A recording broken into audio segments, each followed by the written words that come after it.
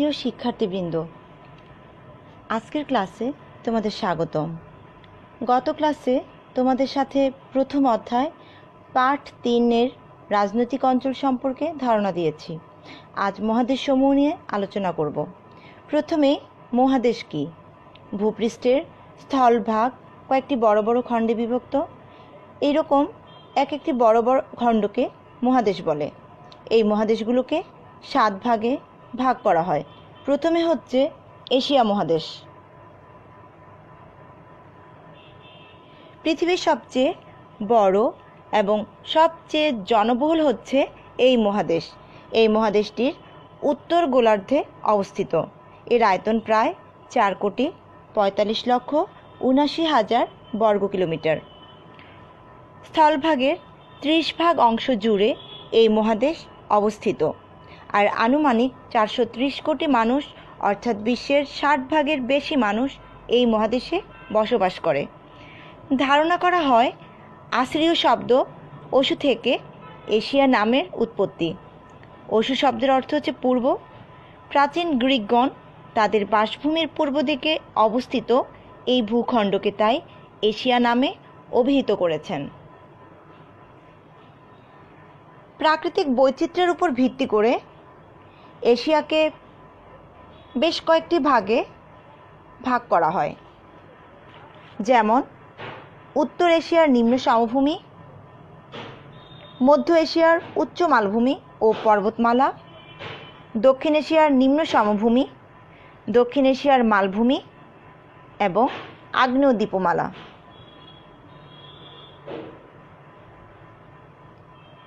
নদ নদী। এই মহাদেশের মধ্যভাগে যে সুউচ্চ পার্বত্য অঞ্চল রয়েছে তার থেকে অনেক নদী উৎপন্ন হয়েছে। এর মধ্যে উত্তর এশিয়ার অব ইনিসি লেনা, পূর্ব এশিয়ার আমর, হোয়াংহো, ইয়াংসিকিয়াং এবং দক্ষিণ এশিয়ার টাইগ্রিস ইউফ্রেটিস হচ্ছে উল্লেখযোগ্য নদী।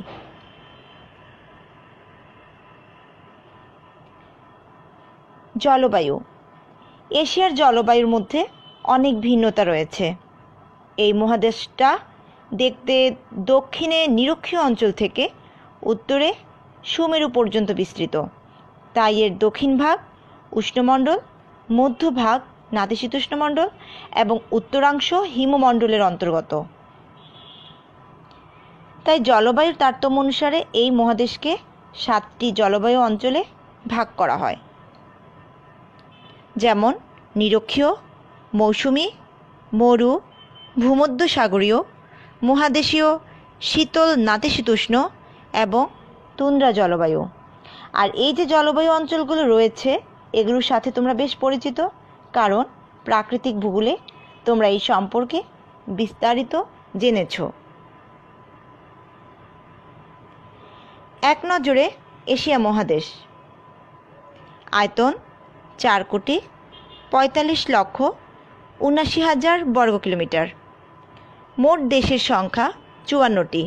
স্বাধীন দেশ হচ্ছে 48টি। জনসংখ্যার ঘনত্ব প্রতি বর্গ কিলোমিটারে 87 জন। বৃহত্তম দেশ চীন, ক্ষুদ্রতম দেশ মালদ্বীপ। এশিয়ার সর্বোচ্চ বিন্দু বা শৃঙ্গ মাউন্ট এভারেস্ট, সর্বনিম্ন বিন্দু মৃতসাগর। বৃহত্তম মরুভূমি গোবি মরুভূমি, যেটা মঙ্গোলিয়ায় অবস্থিত। বৃহত্তম সমভূমি হল পশ্চিম সাইবেরিয়া। এশিয়ার তথা পৃথিবীর গভীরতম হ্রদ হচ্ছে বৈকাল হ্রদ, সেটা রাশিয়ায় অবস্থিত।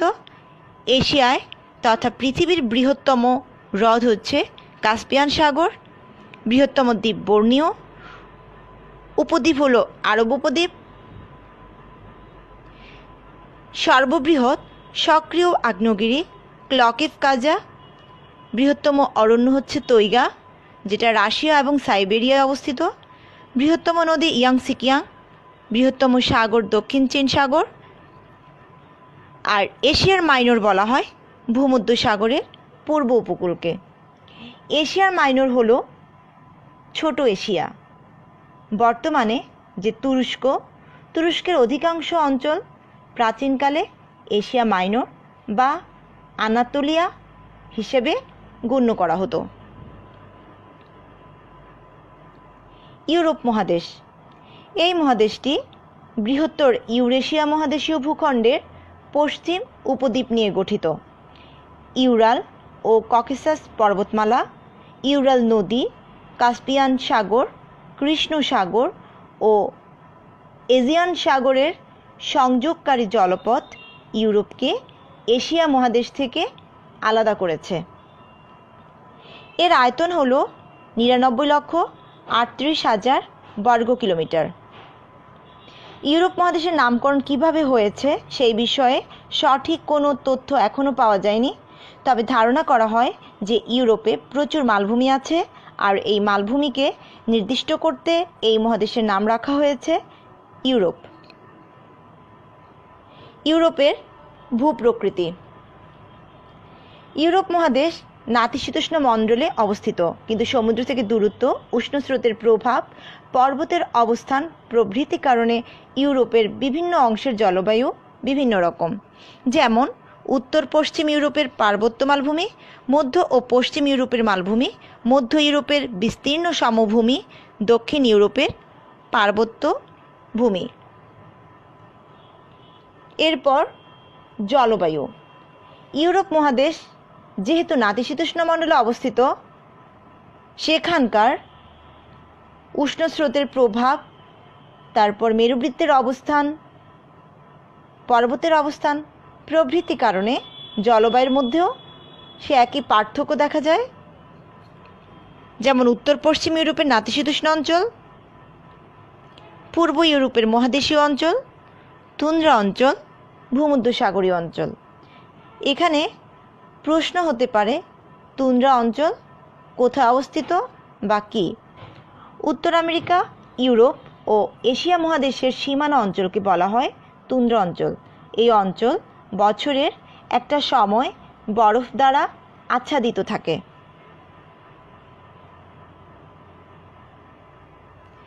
এবার ইউরোপ মহাদেশে রয়েছে যেমন মোট দেশের সংখ্যা 48টি, বৃহত্তম দেশ রাশিয়া, ক্ষুদ্রতম দেশ ভ্যাটিকান সিটি, দীর্ঘতম নদী হচ্ছে ভলগা যেটা রাশিয়ায় অবস্থিত, তারপর দীর্ঘতম পর্বতমালা হচ্ছে আল্পস, সর্বোচ্চ পর্বতশৃঙ্গ হচ্ছে মাউন্ট ব্ল্যাঙ্ক। আফ্রিকা মহাদেশ। পৃথিবীর উষ্ণতম মহাদেশ বলা হয় একে, আর এটা হলো পৃথিবীর বৃহত্তম দ্বিতীয় মহাদেশ। এই মহাদেশকে কিন্তু মানব সভ্যতার আদি নিবাস হিসাবেও বলা হয়ে থাকে। এর আয়তন 3,03,70,000 বর্গ কিলোমিটার, যা পৃথিবীর মোট আয়তনের 20 ভাগ। আফ্রিকা মহাদেশের নামকরণ করা হয় সেখানকার বর্বর নামের এক জাতির নামানুসারে। প্রথম দিকে আফ্রিকার নামে একটা প্রদেশ ছিল, কিন্তু পরবর্তীকালে এই নাম পুরো মহাদেশে ছড়িয়ে পড়ে, আর তখন এই মহাদেশকে আফ্রিকা নামে বলা হয়। পৃথিবীর সর্বাপেক্ষা খর্বকায় জাতি পিগমিরা এই মহাদেশে বসবাস করে। এছাড়া ভূমধ্যসাগর এবং লোহিত সাগর ইউরোপ ও এশিয়া থেকে আফ্রিকা মহাদেশটিকে পৃথক করেছে। নিরক্ষরেখা আফ্রিকার প্রায় মধ্যভাগ দিয়ে অতিক্রম করেছে। কর্কটক্রান্তি রেখা এই মহাদেশের উত্তর ও দক্ষিণ ভাগ দিয়ে অতিক্রম করেছে। এবার আসো ভূপ্রকৃতি। আফ্রিকা মহাদেশকে মালভূমিও বলা হয়, কারণ এখানে অতি উচ্চ পর্বত বা সুবিশাল সমভূমি দেখা যায় না। তো এখানে ভূপ্রকৃতিকে যে কয়টি ভাগে ভাগ করা হয় তা হলো উত্তর পশ্চিমের আটলাস পার্বত্য অঞ্চল, আফ্রিকার মালভূমি অঞ্চল, পূর্ব ও দক্ষিণ আফ্রিকার উচ্চভূমি ও পার্বত্য অঞ্চল, উপকূলীয় সমভূমি অঞ্চল। এবার হলো জলবায়ু। সে অক্ষাংশগত, পার্বত্য, সমুদ্রের নৈকট্য, উচ্চতা ইত্যাদি ভৌগোলিক কারণে একেও বেশ কয়েকটি ভাগে ভাগ করা হয়। তা হলো নিরক্ষীয় জলবায়ু অঞ্চল, সুদানীয়, ক্রান্তীয় মরুভূমি, ভূমধ্যসাগরীয় এবং আর্দ্র উপক্রান্তীয় জলবায়ু অঞ্চল। এবার এক নজরে আফ্রিকা মহাদেশ। মোট দেশের সংখ্যা ৫৪টি। এর মধ্যে স্বায়ত্তশাসিত দেশ হচ্ছে ৪টি। সবচেয়ে বড় দেশ আলজেরিয়া, ছোট দেশ সিসিলিস, দীর্ঘতম নদী হচ্ছে নীল নদ, যেটা পৃথিবীর দ্বিতীয় দীর্ঘতম। এছাড়াও নাইজার, কঙ্গো, জাম্বেসি নদী হচ্ছে এখানকার উল্লেখযোগ্য। আর এই যে নীল নদ, এটা উৎপত্তি হয়েছে ভিক্টোরিয়া হ্রদ থেকে আর পতিত হয়েছে ভূমধ্যসাগরে। তাহলে সবচেয়ে বড় হ্রদ হচ্ছে ভিক্টোরিয়া। আফ্রিকা মহাদেশের সর্বোচ্চ স্থান হচ্ছে মাউন্ট কিলিমানজারো। এটা পূর্ব আফ্রিকার তানজানিয়া অবস্থিত। এটাকে কিন্তু আফ্রিকার ছাদও বলা হয়। আফ্রিকার 7টি প্রাকৃতিক বিস্ময়ের মধ্যে এটি একটি।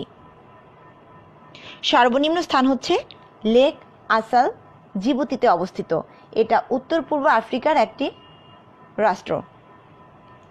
তারপর বৃহত্তম মরুভূমি হচ্ছে সাহারা মরুভূমি, যেটা মিশর, Morocco, Algeria, Tunisia, Libya, Sudan প্রভৃতি দেশ পর্যন্ত বিস্তৃত।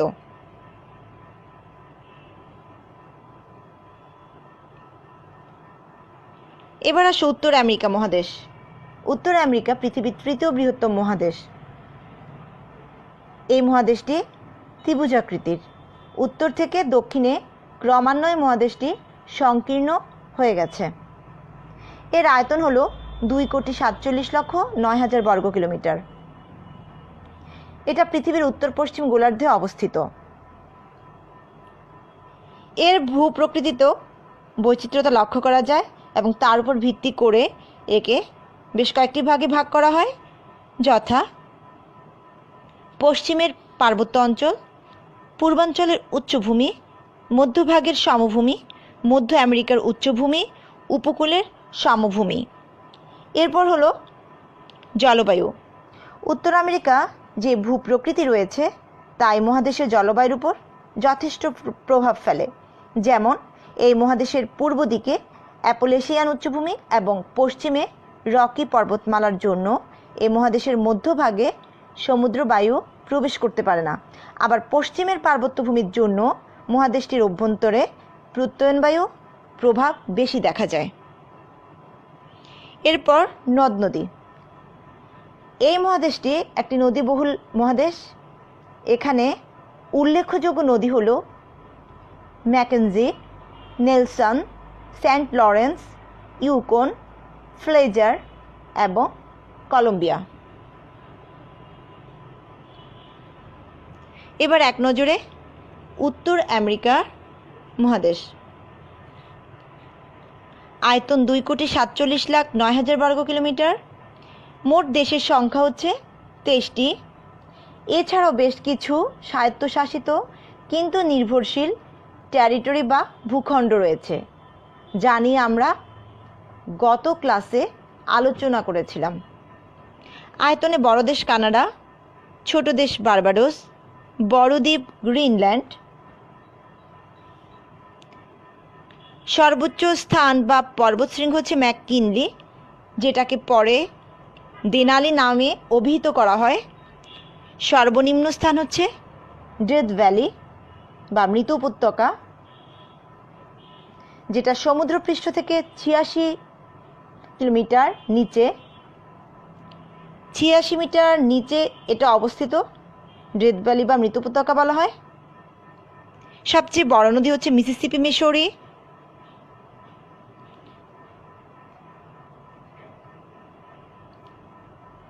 দক্ষিণ আমেরিকা মহাদেশ। দক্ষিণ আমেরিকা মহাদেশ উত্তর আমেরিকার দক্ষিণ পূর্বে অবস্থিত। এই মহাদেশের আয়তন হচ্ছে 1,78,20,900 বর্গ কিলোমিটার। এই অঞ্চলকে আবার ল্যাটিন আমেরিকাও বলা হয়। এর কারণ হলো উত্তর আমেরিকার কিছু অঞ্চল এবং দক্ষিণ আমেরিকার অনেক অঞ্চল রয়েছে সেখানকার অধিবাসীরা ল্যাটিন ভাষা থেকে উদ্ভূত রোমানিক ভাষাসমূহে কথা বলে, আর এই ভাষাগুলো হলো স্প্যানীয় এবং পর্তুগিজ, তাই একে ল্যাটিন আমেরিকাও বলা হয়ে থাকে। প্রথমেই ভূপ্রকৃতি। এই দক্ষিণ আমেরিকার ভূপ্রকৃতিকেও তার বৈচিত্র্যতার উপর ভিত্তি করে কয়েকটি ভাগে ভাগ করা হয়, যেমন আন্দিজ পর্বতাঞ্চল, উত্তর পূর্বাঞ্চলের মালভূমি এবং সমভূমি অঞ্চল।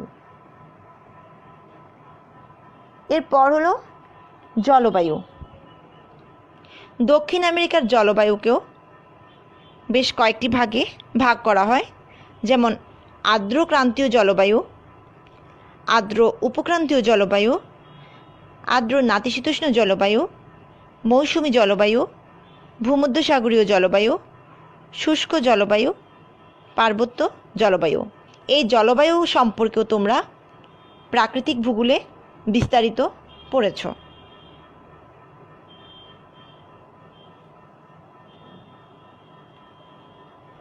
এবার অস্ট্রেলিয়া মহাদেশ। প্রশান্ত মহাসাগরের মধ্যভাগ ও দক্ষিণাংশের দ্বীপসমূহকে একত্রে বলা হয় ওশেনিয়া। এই অঞ্চলকে আবার তিনটি ভাগে ভাগ করা হয়: মেলানেশিয়া, মাইক্রোনেশিয়া ও পলিনেশিয়া। দক্ষিণ প্রশান্ত মহাসাগরে যে দ্বীপপুঞ্জগুলো আছে তাকে অস্ট্রেলিয়া বলে অভিহিত করা হয়। ল্যাটিন শব্দ অস্ট্রেলিস থেকে অস্ট্রেলিয়া নামটি এসেছে। অস্ট্রেলিস শব্দের অর্থ হচ্ছে পূর্বাঞ্চলীয়, তাই অস্ট্রেলিয়া, নিউজিল্যান্ড এবং পূর্বাঞ্চলের বেশ কয়েকটি দ্বীপ নিয়ে এই মহাদেশ গঠিত বলে একে অস্ট্রেলিয়া বলা হয়। ভূপ্রকৃতি অনুসারে এখানকার তিন ভাগে বিভক্ত ভূপ্রকৃতি অঞ্চল। প্রথম হলো পূর্বাঞ্চলের উচ্চ পার্বত্য ভূমি, তারপর পশ্চিমাঞ্চলের মালভূমি, মধ্য অস্ট্রেলিয়ার সমভূমি। তারপরে আসলো জলবায়ু। উত্তর অস্ট্রেলিয়ায় গ্রীষ্মকালে প্রচুর বৃষ্টিপাত হয়, কিন্তু শীতকালে বেশিরভাগই শুষ্ক থাকে। নদ নদী। মারে হলো অস্ট্রেলিয়ার দীর্ঘতম নদী। এটা অস্ট্রেলিয়ার একমাত্র তুষারগলা নদী, আর অস্ট্রেলিয়ার দক্ষিণ পশ্চিম উপকূলে কোনো নদী নেই। অ্যান্টার্কটিকা মহাদেশ। দক্ষিণ মেরুর চারদিকে অবস্থিত বরফাবৃত বিশাল মহাদেশের নাম হচ্ছে অ্যান্টার্কটিকা। এটি পৃথিবীর শীতলতম মহাদেশ, যার আয়তন 1,42,00,000 বর্গ কিলোমিটার। এই অঞ্চল একে তো সবচেয়ে বেশি শীতলতম এবং সবচেয়ে বেশি ঝড় এখানে হয়ে থাকে। গ্রিক শব্দ আর্কটিক থেকে এই মহাদেশের নামকরণ করা হয়েছে বলে মনে করা হয়, যার গ্রিক অর্থ হচ্ছে ভালুক। আবার কারো কারো মতে অ্যান্টার্কটিকা নামটির উৎপত্তি হয়েছে গ্রিক শব্দ অ্যান্টার্কটিক থেকে, যার অর্থ উত্তর দিকের বিপরীত। আর আসলেই মহাদেশটি পৃথিবীর সর্বদক্ষিণের ভূখণ্ড। তাই ধারণা করা যায় যে জর্জ বার্থলোমিউস নামে স্কটল্যান্ডের একজন মানচিত্রকর সর্বপ্রথম এই নামটি ব্যবহার করেন। এই অঞ্চলে 98% বরফে আচ্ছাদিত থাকে। এই মহাদেশে স্থায়ী কোনো বাসিন্দা থাকে না, তবে 1000 থেকে 5000 মানুষ এই মহাদেশে ছড়িয়ে থাকা যেসব গবেষণা কেন্দ্র রয়েছে সেখানে অবস্থান করে। এখানকার এই প্রবল শীতের সাথে লড়ে টিকে থাকতে পারে এমন উদ্ভিদ এবং প্রাণীর মধ্যে রয়েছে পেঙ্গুইন, সিল, নেমাটোড, মাইট, বিভিন্ন প্রকার শৈবাল এবং তুন্দ্রা উদ্ভিদসমূহ। তাহলে এই ছিল আজকের মহাদেশসমূহ নিয়ে সংক্ষিপ্ত আলোচনা।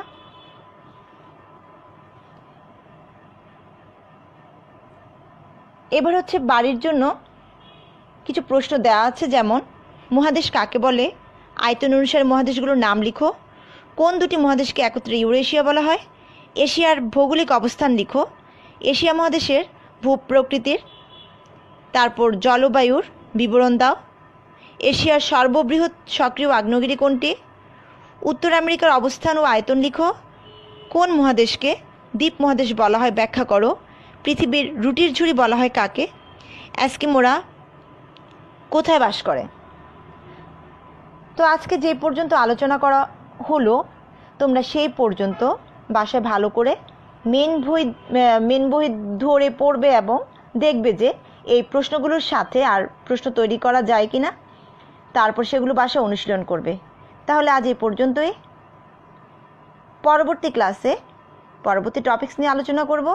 সে পর্যন্ত তোমরা ভালো থেকো, সাবধানে থেকো। ধন্যবাদ।